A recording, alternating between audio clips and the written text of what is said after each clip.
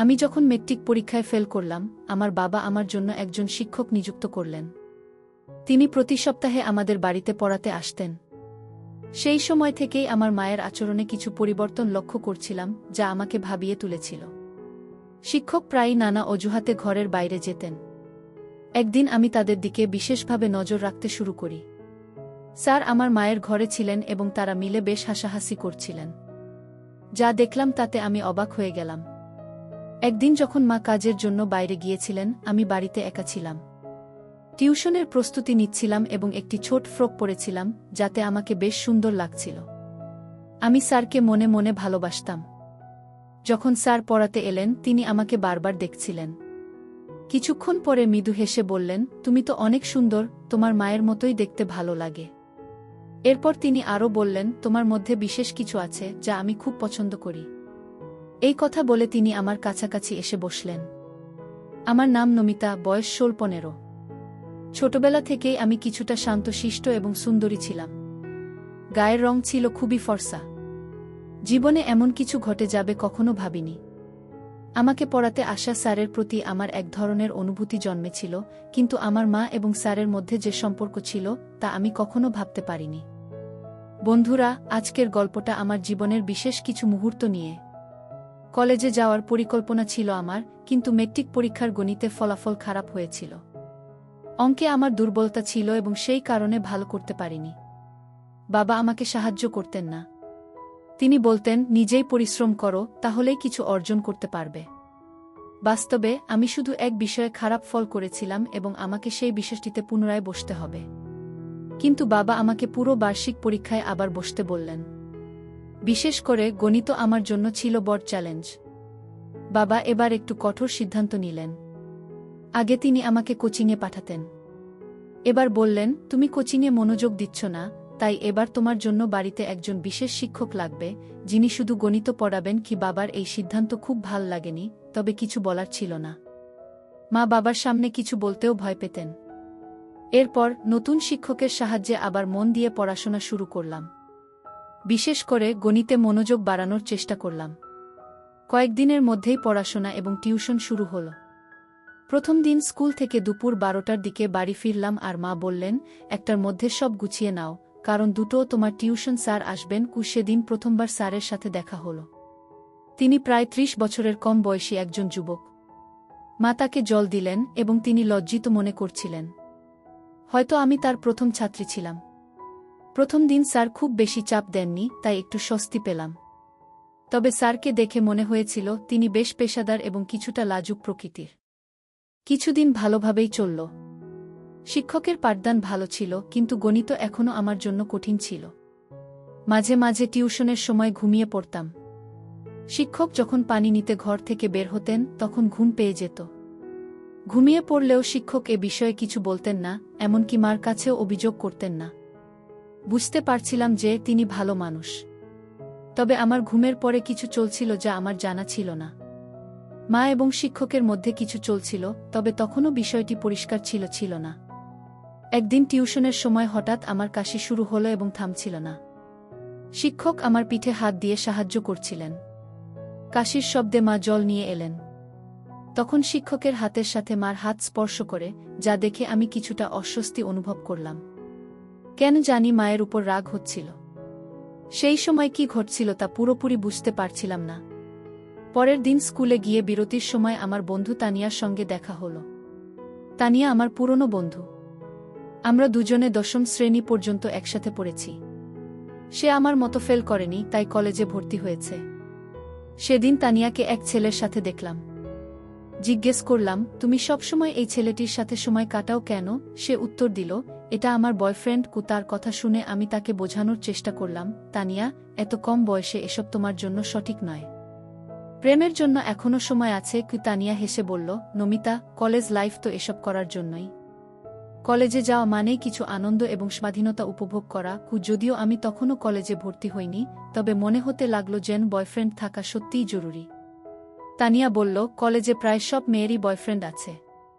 তুমি এখনও স্কুলে আছো, তাই হয়তো বয়ফ্রেন্ড গার্লফ্রেন্ড সম্পর্কের ব্যাপারে তোমার ধারণা স্পষ্ট নয়।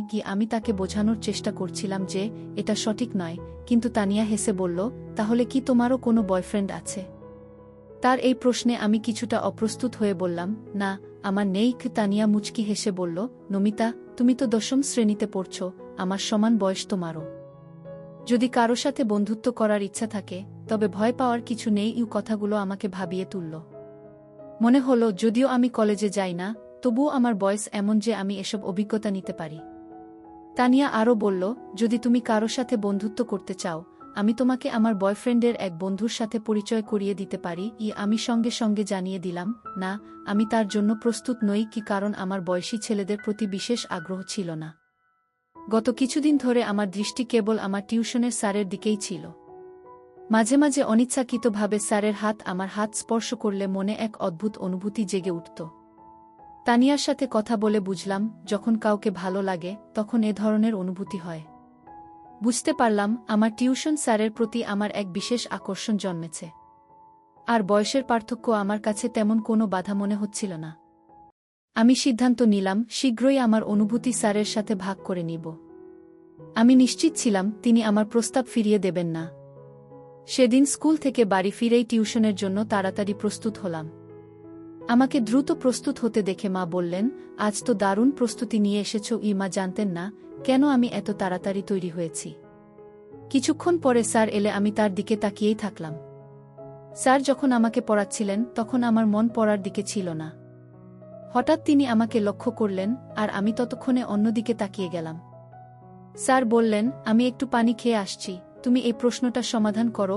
আমি সম্মতি জানালাম, কিন্তু মন পড়ায় ছিল না, বরং তার দিকেই মনোযোগী ছিলাম। মনে মনে তাকে ভালোবাসতে শুরু করেছিলাম, কিন্তু কিভাবে সেটা তাকে জানাব বুঝতে পারছিলাম না। কিছুক্ষণ পর যখন স্যার অনেকক্ষণ হয়ে গেলেও ফিরে আসছিলেন না, তাকে খুঁজতে বাইরে গেলাম।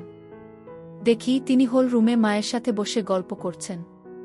তার হাত মায়ের কাঁধে ছিল, যা দেখে আমার কিছুটা অস্বস্তি হল। আমি দেখেই যেন নিজেকে সামলে নিলাম। মা বললেন, আমি চা নিয়ে আসছি, তুমি নমিতার টিউশন চালিয়ে যাও। স্যার ঘরে ফিরে আসার পরে আমি তার কাছে কিছু গণিতের প্রশ্ন জিজ্ঞাসা করতে লাগলাম। আমি আসলে কিছুই বুঝছিলাম না, কিন্তু ইচ্ছাকৃতভাবে বারবার তার কাছে প্রশ্ন করছিলাম। পড়ানোর সময় স্যার আমাকে একটি সংখ্যা লেখার জন্য বললেন, কিন্তু ভুলবশত আমি সেটি উল্টো লিখলাম। স্যার আমার হাত ধরে সঠিকভাবে লেখার পদ্ধতি শেখাতে লাগলেন। তার স্পর্শে আমার মনে এক ধরনের খুশির অনুভূতি জাগ্রত হল। আমার প্রিয় মানুষটি আমার এতটা কাছাকাছি ছিলেন যে আমি তার দিকে হাসি মুখে তাকিয়ে রইলাম। ঠিক তখনই মা চা নিয়ে ঘরে এলেন, আর স্যার সঙ্গে সঙ্গে কিছুটা দূরে সরে গেলেন। আমি মা এবং স্যারের সম্পর্কের দিকে তখন অতটা মনোযোগ দিচ্ছিলাম না, বরং কিভাবে তাকে আরও বেশি আকর্ষণ করব তা ভাবছিলাম। পরের দিন টিউশনের মাঝে স্যার আবার পানি খাওয়ার জন্য বেরিয়ে গেলেন। অনেক সময় পার হলেও তিনি ফিরে আসছিলেন না। তাকে খুঁজতে বের হলাম। তখন মার ঘর থেকে কথাবার্তার শব্দ শুনতে পেলাম। ধীরে ধীরে ঘরের দিকে এগিয়ে গেলাম এবং দেখলাম স্যার এবং মা ঘরের ভেতরে বসে আছেন এবং খুব কাছাকাছি। স্যারের একটি হাত মায়ের কাছে রাখা ছিল। এই দৃশ্য দেখে আমি হতবাক হয়ে গেলাম। আমার পছন্দের মানুষটি আমার মায়ের সঙ্গে এতটা ঘনিষ্ঠ অবস্থায় ছিলেন। আমি নিজেকে সামলে কিচেন থেকে একটি কাচের গ্লাস নিয়ে মায়ের ঘরের দরজা গিয়ে ফেলে দিলাম। গ্লাসের শব্দে তারা দ্রুত বাইরে চলে এলেন। মা বললেন, গ্লাস হাত থেকে পিছলে গেছে। স্যার বললেন, তুমি এখানে কি করছিলে? আমি সোজাসুজি তাদের দিকে তাকালাম। স্যার বললেন, তোমার মায়ের মোবাইলের সমস্যা দেখা দিয়েছিল, তাই আমি সাহায্য করতে এখানে এসেছিলাম। তার কথার ধরন থেকেই বুঝলাম তাদের মধ্যে বিশেষ কিছু সম্পর্ক আছে, যা তারা আমার কাছ থেকে লুকাতে চাইছেন। আমি মার মেয়ে, তাই এটা বুঝতে পারছিলাম। আমি জানতাম আমার তুলনায় আমি তরুণ, তাই স্যার অবশ্যই আমার প্রতি আকৃষ্ট হবেন। সেদিন কিছু করতে পারিনি, কারণ টিউশনের সময় শেষ হয়ে গিয়েছিল। কিন্তু আগামী দিনে আমি অবশ্যই কিছু করার চেষ্টা করব। একদিন টিউশনের জন্য প্রস্তুতি নিচ্ছিলাম। আমি একটি ছোট ফ্লোরাল পোশাক পরেছিলাম। পোশাকটি আমাকে বেশ সুন্দর লাগছিল, আর আমি হালকা মেকআপ করেছিলাম। যখন স্যার টিউশনে এলেন, তিনি বারবার আমার দিকে তাকাচ্ছিলেন। পড়াশোনা শুরু হলে কথার মাঝে তার হাত আমার পায়ের কাছে লাগল। কিছুক্ষণ ধরে স্যার তার হাত সরালেন না। এতে বুঝতে পারছিলাম তিনি আমার প্রতি আকৃষ্ট হচ্ছেন। সেদিন সময় কেটে গেল, তবে প্রতিদিনের মতো স্যার কোনো অজুহাতে পানি খেতে বা বাইরে যাননি। বরং তিনি আমার হাত ধরে পড়াতে লাগলেন এবং মাঝে মাঝে আমার দিকে তাকাচ্ছিলেন। এটি আমার কাছে বেশ ভালো লাগছিল। হঠাৎ মা এসে গেলেন। মা স্যারকে আমার হাত ধরে পড়াতে দেখে চোখ বড় করে তাকালেন। এরপর তিনি স্যারকে চায়ের কথা বলে বাইরে নিয়ে গেলেন। আমি মায়ের পেছনে পেছনে গেলাম। স্যার সরাসরি মায়ের ঘরে না গিয়ে হলের এক কোণে বসে থাকলেন। মা আমাকে কিচেনে নিয়ে গিয়ে বললেন, তুই আর ছোট নেই। এভাবে অচেনা মানুষের সামনে ছোট পোশাকে ঘুরে বেড়ানো কি ঠিক? মা বললেন, এটি আমার প্রথম এবং শেষ সতর্কবার্তা। মায়ের গম্ভীর মুখ দেখে মনে হলো তিনি সত্যিই চিন্তিত। আমি চেষ্টা করছিলাম তাকে বোঝানোর জন্য যে আমি সতী সাবিত্রী থাকার চেষ্টা করছি, কিন্তু তার নিজস্ব জীবন নিয়ে চিন্তিত তিনি। মা যখন কিছু বলতে যাচ্ছিলেন, তখনই বাবা বাইরে থেকে ডাক দিলেন। সেদিন বাবা আগে বাড়ি ফিরেছিলেন। বাবার ডাক শোনার পর মা এক গ্লাস পানি নিয়ে বাইরে চলে গেলেন। সেদিনের ঘটনার কথা আর কেউ জানল না। ঘুমানোর আগে আমি মায়ের কাছে ক্ষমা চাইলাম এবং বললাম, মা, ভবিষ্যতে স্যারের সামনে এমন কিছু করব না। পরের দিন টিউশনের সময় আসার আগে মা বাজারে যাওয়ার জন্য বেরিয়ে গেলেন। আমি রাতে মায়ের কাছে ক্ষমা চেয়ে তার বিশ্বাস অর্জন করতে চেয়েছিলাম। সাধারণত রবিবারে বাজার হয়, আর মা তখনই বাজারে যেতেন। মা যখন বাজারে চলে গেলেন, তখন আমি এবং স্যার বাড়িতে একা ছিলাম। অচিরেই স্যার আমার হাত ধরে আমাকে গণিত পড়াতে শুরু করলেন। তিনি বললেন, আমি জানি তুমি ইচ্ছা করে গণিত ভুল করছিলে যাতে আমি তোমার হাত ধরতে পারি। তার কথা শুনে আমি হেসে দিলাম। এরপর তিনি বললেন, নমিতা, তুমি খুব সুন্দর। তুমি কি ভাবছ যে আমি তোমার দিকে নজর দিইনি? তিনি আরও বললেন, তুমি তোমার বয়সের তুলনায় অনেক বেশি সুন্দর। সেই সময় যখন প্রেমের কথা বলার জন্য প্রস্তুত হওয়া উচিত, তবে কেন নিজেকে আটকে রাখছ? স্যারের কথাগুলো শুনে আমার হাসি থামাতে পারলাম না, কারণ যা চাইছিলাম সেটাই তার মুখ থেকে বেরিয়ে এল। স্যার বললেন, আমি তোমার প্রতি ভালোবাসা অনুভব করি। তিনি আমাকে আলতো করে হাত ধরলেন। আমি জিজ্ঞাসা করলাম, স্যার, সত্যিই আপনি আমার প্রতি প্রেম অনুভব করেন? আমিও আপনাকে ভালোবাসি, কিন্তু একটা প্রশ্ন আছে। আপনি কেন প্রতিদিন কোনো না কোনো অজুহাতে মায়ের ঘরে যান? আপনাদের মধ্যে কি কোনো সম্পর্ক আছে? আমার প্রশ্ন শুনে স্যার হাসলেন এবং বললেন, নমিতা, তুমি কি মনে করো আমি তোমার মায়ের প্রতি আকৃষ্ট? একদম না। আমি তো প্রথম থেকেই তোমার দিকে নজর রেখেছি। দেখতে চেয়েছিলাম তুমি আমাকে ভালোবাসো কিনা। তবে আমার মায়ের কারণে আমাদের সম্পর্কটি গোপন রাখতে চেয়েছিলাম, যাতে তিনি সন্দেহ না করেন।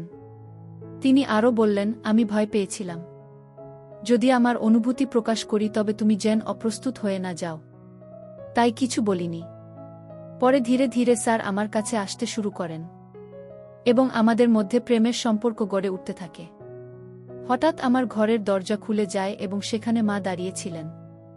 তাকে দেখে আমি একটু অবাক হলাম, তবে জানতাম আমি কোনো ভুল করছি না। আমি শুধু একজন বন্ধুর সাথে সময় কাটাচ্ছিলাম। মা আমার কাছে এসে স্যারকে দূরে সরিয়ে দিলেন এবং বললেন, ভালো হয়েছে। আমি যদি মোবাইলের দিকে নজর না দিতাম তবে তোমাদের আসল সম্পর্ক আমার চোখে ধরা পড়ত না। মোবাইল রেখে আসতে ভুল করেছিলাম বলে আমাকে আবার বাড়িতে ফিরে আসতে হলো। মা বললেন, প্রিয়া, এত কম বয়সে আমি জানি না তুমি কি করছো। আমি গতকালই তোমাকে সতর্ক করেছিলাম, কিন্তু আজকে তুমি আবার সেই অবস্থায় পৌঁছে গেছ। স্যার মাকে বোঝানোর চেষ্টা করে বললেন, তোমার মেয়ে বেশ কিছুদিন ধরে অদ্ভুত আচরণ করছে। আজ সে নিজেই আমার কাছে এসব নিয়ে আলোচনা করতে এসেছিল। মাকে বলতে দেখে আমি বাধা দিলাম এবং বললাম, মা, এই লোকটির কথায় বিশ্বাস করো না। আমি ইচ্ছা করেই তোমার শপিং ব্যাগ থেকে তোমার মোবাইল বের করেছিলাম, যাতে তুমি হঠাৎ ফিরে এসে আসল বিষয়টি জানতে পারো।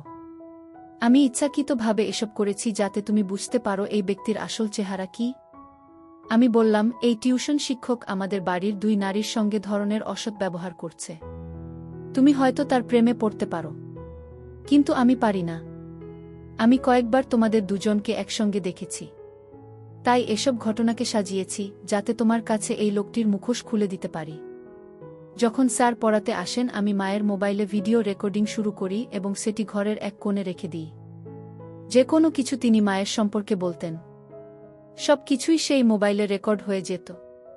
যখন মা ভিডিওটি দেখলেন তিনি বুঝতে পারলেন যে স্যার তাদের সঙ্গে প্রতারণা করছেন। মা সেই স্যারকে পুলিশে দেওয়ার হুমকি দিলে তিনি পালিয়ে গেলেন। এরপর মা বললেন, নমিতা, আমি অনেক ভুল করেছি জানি, কিন্তু আমি কি করব? তোমার বাবা আমাকে সময় দেন না। যেদিন তোমার টিউশন শিক্ষক বাড়িতে এলেন সেদিন থেকেই তার সঙ্গে কথা বলা শুরু করি। তখন মনে হয়েছিল সে আমার মনের কথা বুঝতে শুরু করেছে। তার মিষ্টি কথায় আমি এতটাই আবদ্ধ হয়ে পড়েছিলাম যে তার স্বার্থপর প্রেমকে সত্যি মনে করতে শুরু করি। আমি এতটাই তার প্রেমে মগ্ন ছিলাম যে তোমার কথাও ভুলে গিয়েছিলাম। মা আরও বললেন, আমি সেই স্যারের সঙ্গে বিয়ে করার কথাও ভাবছিলাম, কিন্তু বুঝতে পারিনি যে তার তোমার প্রতিও ভিন্ন দৃষ্টি ছিল। সে আমার সঙ্গে প্রেমের অভিনয় করে আবার তোমার সঙ্গেও সময় কাটানোর চেষ্টা করছিল। মা স্বীকার করলেন যে তিনি এই ঘটনার গভীরতা বুঝতে পারেননি। এরপর তিনি অনুতপ্ত হয়ে বললেন, তোমার বাবার কাছে সব কিছু থাকলেও আমাদের সম্পর্ক শুধু অর্থের ভিত্তিতে টিকে থাকেনি। সম্পর্কের জন্য ভালোবাসা ও মত বিনিময়ও প্রয়োজন। আমি তখন মাকে সান্ত্বনা দিয়ে বললাম, মা, আসল ভালোবাসা শুধু মিষ্টি কথায় সীমাবদ্ধ থাকে না। এতে পারস্পরিক সম্মান ও আন্তরিকতার ভিত্তি থাকা প্রয়োজন। মা তখন আমার সঙ্গে প্রতিজ্ঞা করলেন যে তিনি আর কোনো অসৎ ব্যক্তির সঙ্গে নিজের অনুভূতি ভাগ করবেন না। আমিও ঠিক করলাম যে অপ্রয়োজনীয় বিষয়গুলোতে নিজেকে জড়াব না। অনুযোগ দিয়ে পড়াশোনা করব এবং বাবার স্বপ্ন পূরণ করব। প্রিয় বন্ধুরা, মনে রাখবেন, জীবনের একজন সঙ্গীর ভালোবাসা কেবল অর্থের উপর নির্ভর করে না। সময় মতো সঙ্গীকে সময় দেওয়া এবং তার অনুভূতি বোঝা অত্যন্ত গুরুত্বপূর্ণ। প্রত্যেক সঙ্গীর উচিত এটি বুঝতে পারা। তৃতীয় কোনো ব্যক্তি যদি আপনার সম্পর্কের দুর্বলতাকে কাজে লাগায়, তবে এটি বিপদের সংকেত। ভালোবাসার ভিত্তি একে অপরের প্রতি বিশ্বাস, সম্মান ও আন্তরিকতার উপর গড়ে ওঠে। এই গল্পের মাধ্যমে আমরা শিখি ভালোবাসা কখনো কারও দুর্বলতার সুযোগ নেয় না এবং সম্পর্কের মধ্যে সবসময় সততা থাকা জরুরি। যে কোনো পরিস্থিতিতে নিজের সম্মান এবং আত্মমর্যাদা রক্ষা করা অত্যন্ত গুরুত্বপূর্ণ। অতএব সম্পর্কের মধ্যে কখনো এমন পরিস্থিতি তৈরি হলে যেখানে আমাদের সম্মান বা নিরাপত্তা হুমকির মুখে পড়ে, সেখান থেকে সরে আসা উচিত। এখানে স্যার এর আচরণ ছিল প্রতারণামূলক, তবে মা প্রথমে তা বুঝতে পারেননি। এই গল্পটি আমাদের শিক্ষা দেয়, ভালোবাসা কখনো কারও দুর্বলতা বা শোষণের জন্য নয়, এটি একে অপরের সম্মান ও সহযোগিতায় ভিত্তি করে গড়ে ওঠে। গল্পের শেষে মা এবং নমিতা সিদ্ধান্ত নিয়েছিল যে তারা আর কাউকে নিজেদের জীবনে এমনভাবে সময় দেবেন না যা তাদের নিরাপত্তা ও মানসিক শান্তি নষ্ট করতে পারে। এই সিদ্ধান্ত তাদের জীবনে ইতিবাচক পরিবর্তন আনতে সাহায্য করেছিল। নেতিবাচক অভিজ্ঞতা থেকেই মানুষ প্রয়োজনীয় শিক্ষা নিয়ে নিজের জীবনকে সুন্দর করে তুলতে পারে। বন্ধুরা, এই গল্পটি যদি আপনাদের ভালো লেগে থাকে তবে দয়া করে ভিডিওটি লাইক করুন এবং আমাদের চ্যানেলটি সাবস্ক্রাইব করুন। পাশে থাকা বেল আইকনটি প্রেস করুন যাতে আমরা নতুন ভিডিও আপলোড করলে তার নোটিফিকেশন সবার আগে আপনার কাছে পৌঁছে যায়। ধন্যবাদ ভিডিওটি এতক্ষণ দেখার জন্য।